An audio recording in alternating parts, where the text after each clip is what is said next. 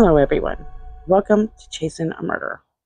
Welcome to our channel, everyone. We're so glad to have you here with us. Today, I want to do something a little different. We're going to talk about a few interesting facts you may or may not know. And these facts are going to be attached to the Suzanne Morphew case. Suzanne Morphew went missing Mother's Day, May 10th of 2020. And since then, no one has found her alive or deceased. However, on September 22nd of 2023, about 3 years of searching for this Colorado missing mother and wife, authorities are searching for another woman in that area.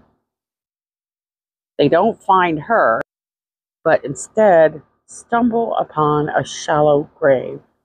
Shockingly, they're able to identify her within hours, days after her discovery. This leads us to fact number one, that when they had discovered this grave, they didn't think that they were going to be able to recover much DNA, at least attached to the person of interest, which would be her husband, Barry Morphew. For those of you that are not very knowledgeable on this case, Suzanne Morphew is a cancer survivor. She was actually getting cancer treatments when she disappeared. In fact, an autopsy was being performed by the El Paso County coroner. Police said that the results from these examination on Suzanne may not be released due to the fact that this is an ongoing investigation. In a story from 9 News, they said the way that they actually identified Suzanne was the fact that she still had her cancer port still with that pile of remains, as well as using her dental records. When they found remains later identified as Suzanne's. A source close to the investigation told 9 News that they discovered skeletal remains, and they were able to positively identify Suzanne through her dental records and her cancer port. And while this case is now more than 3 years old, this is a huge discovery. So in a sense, it's still early in the investigation. We expect more answers will come down the road as time continues to pass in this investigation. So according to a few sources, and this was a tip from one of our subscribers, that the way that they identified her was the fact that they were able to locate her cancer port, and it was still on her. So that's really sad. So it's as if someone was in a hurry. She was just thrown in a shallow grave in a dry desert, surrounded by natural grasses, dirt, and nothingness. Because originally, they believed that her remains would be found in a mountainous region. Well, you got to remember, he didn't have enough time, whoever it is, to do much hiding. Fact number 2. Once they discovered Suzanne's remains, there was a few people in their town, well, near Salida, I believe it is the next day, placed a sign outside of their local business, the Pancha Market, which was bearing the words, "Voice for the Voiceless." In a news article, it says that this person that goes by Hall recalls May 12th of 2020 vividly, when Suzanne's husband, Barry Morphew, enters their store with a cryptic note describing Suzanne's attire and asked the store employees to keep an eye out for her. Hall said, quote, "What I thought was odd was the fact that he had no information about her. What she looked like, her eye color, nothing. She's the one that's missing," end quote. So locals in that town, they really feel as if, Suzanne Morphew's husband may be the responsible party for her demise. I want to just throw this in here real quick. So fact 3. This couple has been dating since high school.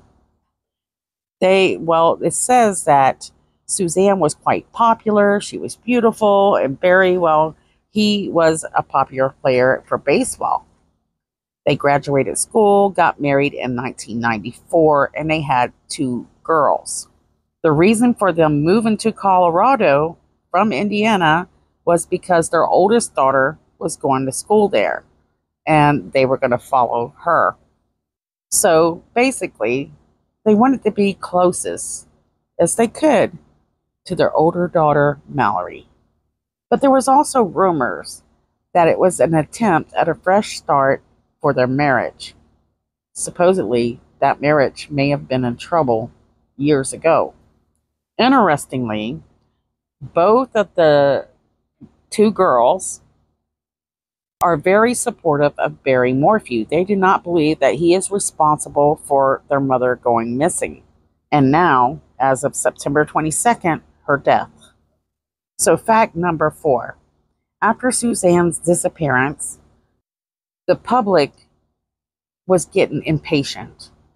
They were actually interfering by going and trying to interview, search for Suzanne Morphew themselves. They felt like the investigators just weren't moving quick enough. They weren't making an arrest quick enough. They just weren't finding answers, period, quick enough. In my opinion, this led to them, well, prosecutors and the investigators kind of pushing the arrest a little bit premature. And a former state police investigator who helped lead the probe into the disappearance of Suzanne Morphew, when they found out that there was a chance, they were going to arrest Barry Morphew, he opposed this. He felt like they just weren't ready. They didn't have enough evidence, or the evidence put together in a way that they were ready to make an arrest.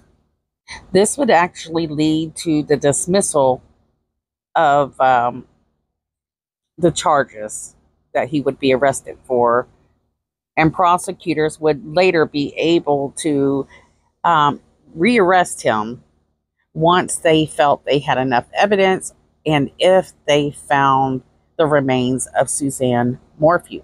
They felt like they needed to have her remains in order to have a successful prosecution. So pause the video right here and share your comment below. Do you believe that the prosecutors did arrest Barry Morphew too early? Do you think they're moving too slow? And do you think now that they found her remains, will that make a difference? Okay, let's take a break and go through some viewer comments. Now, a lot of subscribers believe that Barry is 100% guilty and responsible for whatever happened to Suzanne. This commenter says, her husband Barry is guilty. I am glad she was found. Pray for the young daughter, women. Next is the fabulous Linda. I want to say an extra thanks to Linda because she's actually have hit the thanks underneath the video and sent me my allowance. I appreciate it, Linda. I love you very much. Thank you. So what does Linda think? She says, I still think he had her hidden somewhere else and then moved her. He is no dummy and knew the longer it took to find her, the less chance that they would be able to determine the cause of death. He is in construction/landscaping and, just like Chad Daybell, had the equipment to dig a hole and bury her during one of his landscaping jobs. Now, police and everyone else is thinking maybe a serial killer stranger did this, and he has successfully thrown them off the track by moving her to an area where they are actually searching for another missing woman. I don't care what his daughters say. He was the only one with the motive to get rid of her and probably found out about her affair long before he even killed her. That's a great comment. Thank you so much, Linda. I think a lot of people most likely agree with most everything that you shared. The fact that he did have a major motive. Police discovered that Suzanne Morphew had interests in moving away from Barry and into the arms of another man. This leads us to fact number 5. According to Suzanne's best friend, Sheila Oliver, back in September of 2018, Suzanne supposedly shared very intimate details about her failing marriage to her husband, Barry Morphew. She had also discussed this subject several times through texts and telephone calls. And it's around February of 2019 that Suzanne Morphew supposedly starts talking to an old high school friend, Jeff.